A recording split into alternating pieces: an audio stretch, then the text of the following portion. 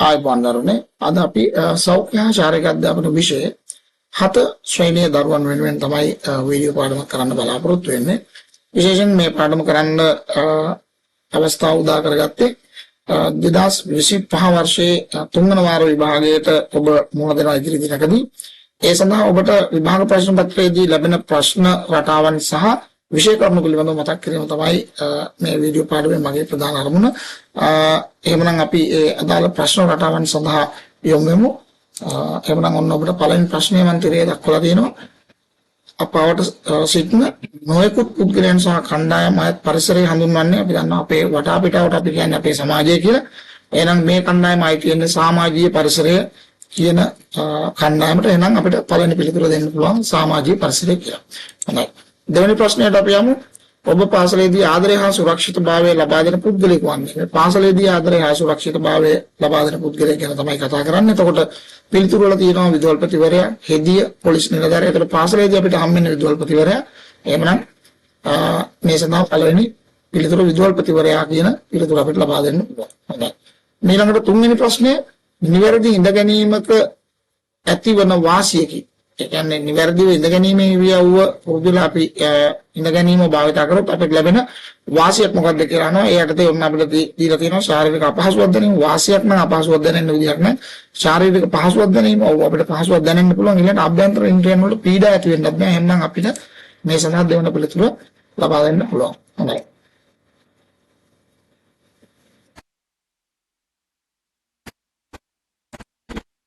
හොඳයි. ඊළඟ ප්‍රශ්නයට අපි යමු. ඊළඟ ප්‍රශ්නය අපිට කතා කරන්නේ හතරවෙනි ප්‍රශ්නය සෞඛ්‍යවත් පෞල් පරිසරයක තිබිය යුතු භෞතික පරිසරයට අදාළ අංගයකි. එතකොට සෞඛ්‍යවත් පෞල් පරිසරයක තියෙන භෞතික පරිසරය කියලා කියපුවම විවේකයේ කියන්නේ භෞතික පරිසරය නෙමෙයි, ආදරය කියලා කියන්නේ භෞතික පරිසරය නෙමෙයි. ඊළඟට පිරිසිදු වාතය කියලා කියන්නේ ඇත්තටම භෞතික පරිසරයක තියෙන ඕන දේවල් තමයි. ඊළඟට යුතුයකම් සහ වගකීම් කියනවත් භෞතික පරිසරයට අයිති ඒවා නෙමෙයි. විශේෂයෙන් විවේකයේ ආදරය වගේම මානසික පරිසරයට අයිති ඒවා. විශේෂයෙන් මේකට පිළිතුරු විදිහට අපිට ගන්න තියෙන්නේ පිරිසිදු වාතය කියලා. හොඳයි. ඊළඟ ප්‍රශ්නය යහපත් අන්තර් පුද්ගල සම්බන්ධතා පැවැත්වීම යන ලක්ෂණය අයත්වන්නේ මොකේද කියලා අහනවා. අන්තර් පුද්ගල සම්බන්ධතා පැවැත්වන නම් අපි දන්නවා ඒ සමාජීය පරිසරයත් එක්ක කරන කාර්යයක්. එහෙනම් යහපත් අන්තර් පුද්ගල සම්බන්ධතා පවත්වන්න ඕන සමාජීය පරිසරයට කියන කොටසට තමයි මේක අයිති වෙන්නේ. හොඳයි. ඊළඟ ප්‍රශ්නේ ඔබට සුරක්ෂිතතාවය සහ ආදරය ලබා දෙන අය කෙරෙහි ඔබෙන් ඉටු විය යුතු යුතුකමක් වන්නේ. එතකොට අපිට ආදරය හා සුරක්ෂිතතාවය ලබා දෙන අයගෙන් අපිට ඉෂ්ට වෙන යුතුකමක් විදියට අපි ඉෂ්ට කරන්න ඕන යුතුකමක් විදියට මේ ප්‍රශ්න පිළිතුර අහන්න.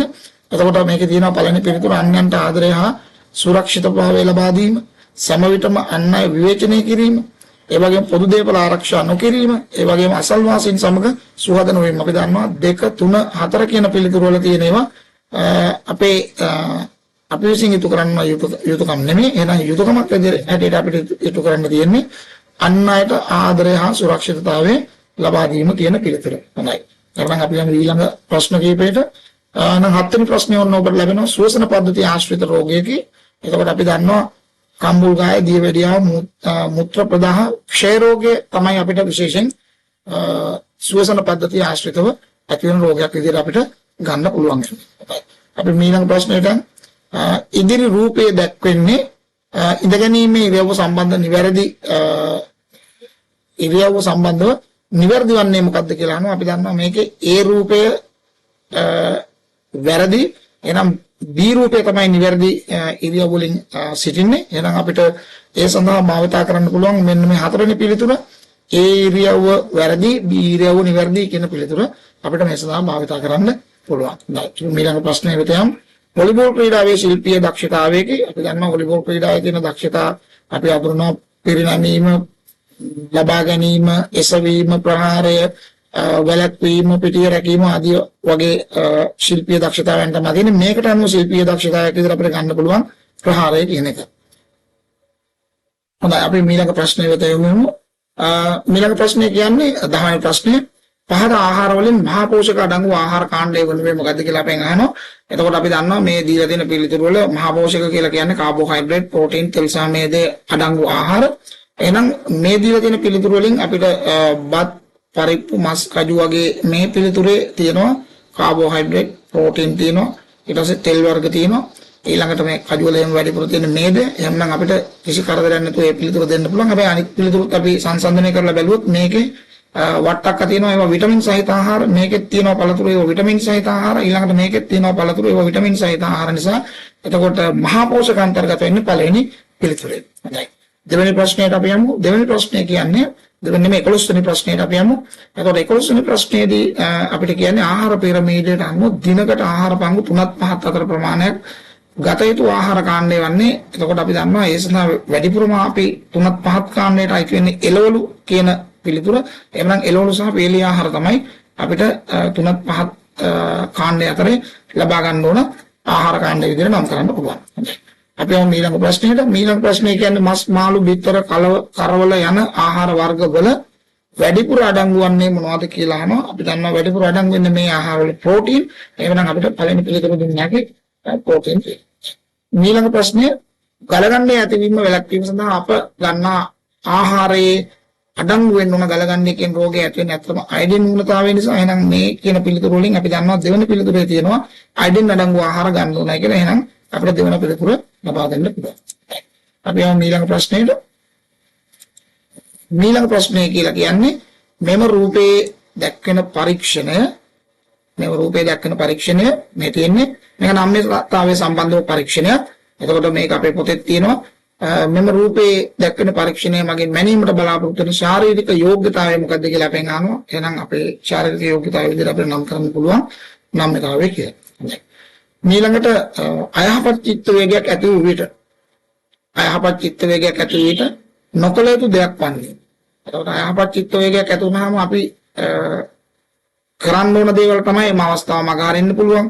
ඊළඟට සිමෙන්ති වතුර වීදුරක් පානය කරන්න පුළුවන්. එකේ 10ට ගණන් කරන්න පුළුවන්. ඒ වගේම ගැඹුරින් ආශ්වාස ප්‍රශ්වාස කරන්න පුළුවන්. හැබැයි මේක විදිහට තරහින් බැන වැදීම තමයි අපි නොකල යුතු කාර්ය විදිහට නම් කරන්න තියෙන්නේ. හොඳයි. අපි යමු ඊළඟ ප්‍රශ්නෙට. ඊළඟ ප්‍රශ්නේ අපිට තියෙන්නේ ප්‍රශ්න අංක 16 ඉඳලා 20 දක්වා ප්‍රශ්නවල දී ඇති වාක්‍ය හරිනම් හරි ලකුණද වැරදිනම් වැරදි ලකුණු යොදන්න කියලා තමයි වරහන් කුල යොදන්න කියලා අපිට පිළිතුර දීලා තියෙන්නේ. ඒකනම් අපි බලමු ඔන්න අපිට ප්‍රශ්න ටික දීලා තියෙනවා. 16 වෙනි ප්‍රශ්නේ කියනවා නිවස තුල පවතින ගැටුම් මානසික පීඩාවලට හේතු නොවේ. අතරම නිවස තුල පවතින ගැටුම් මානසික පීඩාවට හේතු වේ. එහෙනම් ඒක ඔය කියන වාක්‍ය වැරදි. ඊළඟට සෑම ක්‍රියාකාරකමකදීම නිවැරදි ඉරියව් භාවිතා කිරීම තුළින් වෙහස අඩු වේ. එහෙනම් අපි නිවැරදි ඉරියව් භාවිතා කරන්නේ ඇත්තටම එවැනි කාර්යයන් සඳහා තමයි. එහෙනම් ඒ ප්‍රකාශය හරි. ඊළඟට සත්‍ය ජයග්‍රහණ ලැබීම ක්‍රීඩා නීති රීති සහ ආචාර ධර්ම වල වැදගත්කමකි. ඔව් ක්‍රීඩා නීති රීති මුදින් පවත්වා ගැනීමෙන් අපිට සත්‍ය ජයග්‍රහණ ලබා ගන්න පුළුවන්. ඊළඟට මද්ද්‍රව්‍ය ලබා ගැනීම තුළින් මානසික ආතතිය අවම වේ. මද්ද්‍රව්‍ය ලබා ගැනීම තුළින් මානසික ආතතිය අවම වෙන්නේ මානසික ආතතිය වැඩි වෙන එකයි වෙන්නේ. එහෙනම් මේ ප්‍රකාශය වැරදි ප්‍රකාශයක් විදිහට අපිට ගන්න පුළුවන්. ඊළඟට ස්වභාවික ආහාර වේලක් ගැනීමට නිතර එම ආහාර භෝග වලට රසායනික ද්‍රව්‍ය එකතු කළ යුතුයි. ස්වභාවික ආහාර වලට රසායනික ද්‍රව්‍ය එකතු කරන්නේ නැහැ. එහෙනම් මේ ප්‍රකාශය වැරදි ප්‍රකාශයක් විදිහට ගන්න පුළුවන්. ඒකට ඔබට මෙවැනි ප්‍රශ්න රටාවක ප්‍රශ්න ඔයගොල්ලන්ගේ විභාග ප්‍රශ්න පත්‍රයට ලැබෙන්න පුළුවන්. හොඳයි. අපි යමු ඊළඟ ප්‍රශ්න කීපයට. ඊළඟ ප්‍රශ්න කීපත් ඒ වගේම ප්‍රශ්න ටිකක් තියෙන්නේ. හරිනම් හරි ලකුණුද වැරදිනම් වැරදි ලකුණුද මේ ඉදිරි ඇති වරහන තුල යොදන්න කියලා. එහෙනම් ඔන්න පළවෙනි ප්‍රශ්නේ අපිට දෙනවා. පළවෙනි ප්‍රශ්නේ කියන්නේ අපේ ප්‍රශ්න රටාවේ 21 වෙනි ප්‍රශ්නේ. මේ ප්‍රශ්නේ පළවෙනි ප්‍රශ්නේ සෞඛ්‍යවත් ජීවිතයක් ගත කිරීමට ප්‍රසන්න පෙනුමක් ඇති කර ගැනීමත් නිවැරදි ඉරියව් උපයෝගී වේ. ප්‍රසන්න පෙනුමක් ඇති කරගන්න නිවැරදි ඉරියව් අනිවාර්යයෙන්ම ඕන වෙනවා. එහෙනම් මේ ප්‍රකාශය හරි ප්‍රකාශයක්. ඊළඟට ජන ක්‍රීඩා හැදෑරීම නිසා ඔබ තුල ජාතිකල්ම වැඩි වේ. ජන ක්‍රීඩා අපේ සංස්කෘතියත් එක්ක බැඳිච්ච මේ ක්‍රීඩා කොටසක්. එහෙනම් අපේ ජාතිකල්ම ඇත්තටම වැඩි වෙනවා. එහෙනම් මේ ප්‍රකාශය හරි ප්‍රකාශයක්. ඊළඟට සුදුලුණු වලට ප්‍රතිජීවක ගුණයක් සහ පිළිකා නැසීමේ ගුණයක් ඇත. එහෙනම් මේ ප්‍රකාශයත් හරි ප්‍රකාශයක්. සුදුලුණු වල එහෙම ප්‍රතිජීවක ගුණයක් සහ පිළිකා නැසීමේ ගුණයක් සුදුලුණු වල තියෙනවා. ඊළඟට වලිගය කැඩීම සංවිධානාත්මක ක්‍රීඩාවක් නෑ. වලිගය කැඩීම සංවිධානාත්මක ක්‍රීඩාවක් නෙමෙයි. ඒක සුළු ක්‍රීඩාවක්. එහෙනම් මේ ප්‍රකාශය වැරදි. ඊළඟට ආහාර පරිභෝජනයේදී අධික ලෙස සීනි සහ තෙල් අඩංගු ආහාර ගැනීම යෝග්‍ය වේ. එතකොට අපි දන්නවා අපි ප්‍රතික්ෂේප කරන ආහාර රටාවෙන් සීනි තෙල් ලුණු සහිත ආහාර වැඩිපුර ආහාරයට ගැනීම එහෙනම් මේ ප්‍රකාශයත් වැරදි ප්‍රකාශයක් විදිහට ගන්න පුළුවන්. එතකොට ඔන්න එකම රටාවේ ප්‍රශ්න දෙකක් ඕගොල්ලොත් එක කතා කරා. ඊළඟට අපි බලමු ඊළඟ රටාවේ ප්‍රශ්න මොන වගේද තියෙන්නේ කියලා. හොඳයි. ඔන්න ඊළඟට අපිට තියෙන්නේ අතරම යාකරණ ප්‍රශ්නයක් මෙවැනි ප්‍රශ්නත් ඔබට විභාගයේදී ලැබෙන්න පුළුවන්. කොටස් දෙකක් දීලා A කොටස සහ B කොටස කියලා නම් කරලා A කොටසේ තියෙන පිළිතුරට B කොටසේ තියෙන පිළිතුර ගලපලා යා කරන්න තියෙන්නේ. එහෙනම් අපි දන්නවා ආහාර ජීර්ණ පද්ධතියේ මේ තියෙන පිළිතුරු වලින් ආහාර ජීර්ණ පද්ධතියේ කොටසක් විදිහට අන්න ස්රෝතය කියන කොටස අපිට සම්බන්ධ වෙනවා. එහෙනම් ඒක තමයි ඒ සඳහා යා කළ යුත්තේ. ඊළඟට රුධිර සංසරණ පද්ධතිය ගත්තාම අනිත් පැත්තෙන් රුධිර සංසරණ පද්ධතියේ තියෙනවා ධමනි. එහෙනම් ඔය ධමනි කියන පිළිතුර තමයි B කොටසට අපිට යා කරන්න වෙන්නේ. ඊළඟට සමායෝජනය කියලා කියන්නේ අපිට මේකෙදි ගන්න පුළුවන් කුකුල් පුරය කියන ක්‍රීඩාව සුළු ක්‍රීඩාව. ඒතර ඒකෙන් දිනු වෙන සමායෝජනය තමයි. ඊළඟට ශක්තිය ගොඩක් කලාට අපි වලිගය කැඩීම වගේ ක්‍රීඩාවලදී තමයි අපි ශක්තිය කියන යෝග්‍යතා සාධකය දිනු කරගන්න භාවිතා කරන සුළු ක්‍රීඩාවක්. ඊළඟට නම්‍යතාවයේ වැඩිපුර භාවිතා කරනවා ජිම්නාස්ටික් ක්‍රීඩාවේදී. එතකොට මෙන්න මේ වගේ ප්‍රශ්නත් ඔබට විභාග ප්‍රශ්න පත්‍රයේදී ලැබෙන්න පුළුවන්. එතකොට මෙවැනි ප්‍රශ්නත් අධ්‍යයනය කරලා තියාගන්න එක ප්‍රශ්න පත්‍රයක ඔබට පහසුවක් වෙයි. හොඳයි. ඊළඟට අපි යන්නේ දෙවන කොටසට අදාළ වෙන ප්‍රශ්න වලට පිළිතුරු සපයන්න. හොඳයි. කොහොම අපි දෙවන කොටසේ අපිට ප්‍රශ්නයක් දීලා තියෙනවා. අපට ජීවිතයේ විවිධ අභියෝග වලට මුහුණ දීමට සිදුවේ එයින් බෝ වන සහ බෝ නොවන රෝග ප්‍රදාන තැනක් ගනි. ඒදී ආහාර පුරුදු වැරදි ජීවන රටාවන් වැනි සාධක ඊට හේතු ලෙස ගත හැකිය කියලා අපිට වාක්‍යයක් දීලා අපිට මේ ප්‍රශ්නේ අහන්න යම් දිශාවකට අපිව හරවලා තියෙනවා. එතකොට බෝනෝන රෝග බෝවන රෝග සහ බෝනෝන රෝග ගැන ඒ වගේ මේ රෝග ඇති වෙන්න බලපාන හේතු සාධක කීපයක් මේ ඡේදය අපිට දීලා තියෙනවා. එහෙනම් අපෙන් අහනවා පළවෙනි ප්‍රශ්නේ බෝවන රෝග දෙකක් ලියන්න. අපිට ඕන තරම් බෝවන රෝග අපි අහලා තියෙනවා. ඒ යටතේ සෙන් ප්‍රතික්ෂාව සරම්ප පැපොල ඇස්ලෙඩ ඒ වගේ රෝග අපිට මේ සඳහා නම් කරන්න පුළුවන්. ඊළඟට බෝ නොවන රෝග තීව්‍ර සහ නිදන්ගත ලෙස කොටස් දෙකකට වෙන් කරන්න පුළුවන්. අපි දන්නවා බෝ නොවන රෝග වර්ග කරන්න පුළුවන් තීව්‍ර බෝ නොවන රෝග සහ නිදන්ගත බෝ නොවන රෝග. ඒතකොට තීව්‍ර බෝ නොවන රෝග කෙටි කාලයකදී ආපහු නැවත යථා තත්ත්වයට පත් කරගන්න පුළුවන්. නිදන්ගත ඒවා හැමදාම රෝගී තත්ත්වයක් විතර අපිට තියෙන්න පුළුවන්. එතකොට එවැනි ඒවා වෙන් කරලා උදාහරණ දෙන්න කියලා කියනවා. එහෙනම් ඔන්න තීව්‍ර බෝ නොවන රෝග වලට අපිට ගන්න පුළුවන් විෂ වීම, සර්ප දෂ්ට කිරීම, විදුලි සැර වැදීම් වගේ ඒවා අපිට තීව්‍ර බෝ නොවන රෝග විදියට ගන්න පුළුවන්. ඊළඟට නිදන්ගත බෝ නොවන රෝග විදියට අපිට ගන්න පුළුවන් දියවැඩියාව, පිළිකා, හෘදයාබාධ, මානසික රෝග වගේ ඒවා අපිට මේ සඳහා පිළිතුරු විදියට ලියන්න පුළුවන් වෙනවා. හොඳයි. ඊළඟට මේ ඡේදයේ සඳහන් නොවන රෝග සඳහා හේතු වන සාධක දෙකක්. දැන් මේ ඡේදයේ සඳහන් වෙනවානේ ආහාර පුරුදු වැරදි ජීවන රටාවන් කියලා. එහෙනම් අපි ඒවා නැතුව වෙනත් පුරුදු කීපයක් තමයි අපි මේකට උත්තරේ විදියට ලියන්න තියෙන්නේ. ඒ යටතේ දුම්පානයේ කිරීමේදී මානසික ආතතියේදී ව්‍යායාම වල නිරත නොවීමේදී අපිට මේ රෝග වැළඳෙන්න පුළුවන්. එතකොට මෙන්න මෙවැනි පිළිතුරක් තමයි මේ සඳහා අපේක්ෂා කරන්නේ. ඊළඟට අතර ඔබ සඳහන් කළ බෝ නොවන රෝග වලින් වැළකීමට අනුගමනය කළ හැකි ක්‍රියාපිළිවෙත් දෙකක් අපිට ලියන්න කියලා කියනවා. එතකොට අපි දන්නවා මත්ද්‍රව්‍ය දුම් වැටි වලින් පානය කිරීමෙන් හැත්තෙන්න පුළුවන්. විනෝද ක්‍රීඩාවක නිරත වෙන්න පුළුවන්. ඒ වගේම කලමනාකරණය, ඒ කියන්නේ කාල කලමනාකරණය කරගන්න පුළුවන්. එතකොට මෙන්න මේ කාර්යනුත් එක්ක අපිට පුළුවන් මේ රෝග වලින් වැළකී සිටීමට. හොඳයි අපි ඊළඟ ප්‍රශ්නයට යමු.